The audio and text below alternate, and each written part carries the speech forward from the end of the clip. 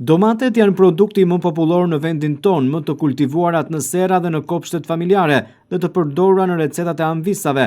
por këto ditë çmimi i tyre në tregjet e Pakicës ka shënuar rekorde, 350 deri 440 lekë për kilogram për domate normale dhe 700 deri 800 lekë për kilogram për domate në qershi, një vlerë e panjohur më parë për konsumatorët.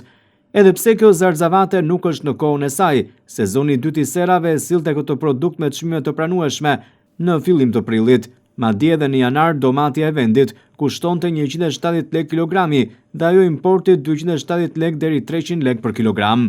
Tani edhe domatja e vendit ka arritur importin, një kombinim faktorësh që nis me sipërfaqet më të ulta të mbjella, dëmet që krijuan përmbytjet në fillim të vitit dhe kërkesa e lartë në eksporte po mban çmimet në tavan. Çmimi i domates ka pësuar një kërcim të fortë, duke treguar në vlera që i kalon 250 lekë për kilogram në disa rajone, kryesisht në Tiranë dhe Korçë, deri në 300 lekë për kilogram, ndërsa në Vlorë domatja ka arritur deri në 350 lekë për kilogram. Çmimet e larta në pikat e grumbullimit po përkthehen në shifra akoma më rënduese për qytetarët në tregjet e Pakicës, ku çmimi për kilogram ka nisur tashmë nga niveli 350 lekëve, ndërsa varietetet specifike, si domatet qershi, kapin vlera rekord që shkojnë deri në 800 lekë për kilogram.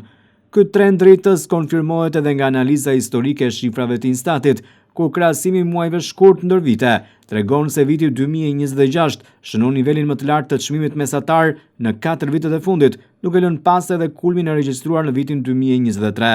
Çmimet e larta të domateve kanë sjellë një krizë të çmimeve të këtij produkti në të gjithë mesdheun. Ndryshimet klimatike kanë sjellë një paqëndrueshmëri të temperaturave dhe përmbytjet e shkurtit dëmtuan qindra mijë hektarësh në Itali, Spanjë, Turqi dhe Shqipëri, që janë prodhuesit kryesor të këtij produkti në Europë aktualisht. Serat e specializuara për eksport në Fier, Lushnjë dhe Berat u përmbytën 4 herë nga nëntori 2025 deri në shkurt 2026, duke humbur krejtësisht një pjesë të madhe të prodhimit dhe fidanishteve të reja.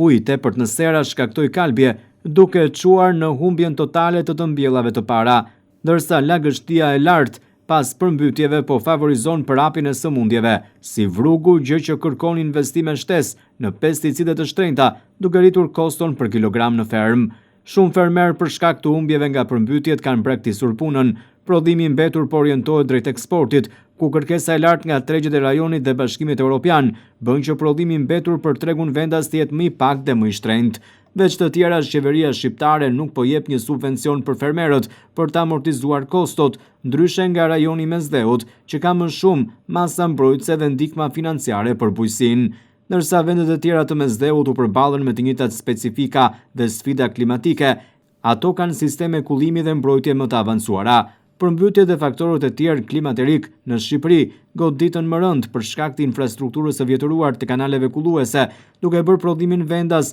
më vulnerabël dhe çmimin më të paqëndrueshëm në krahasim me fqinjtë.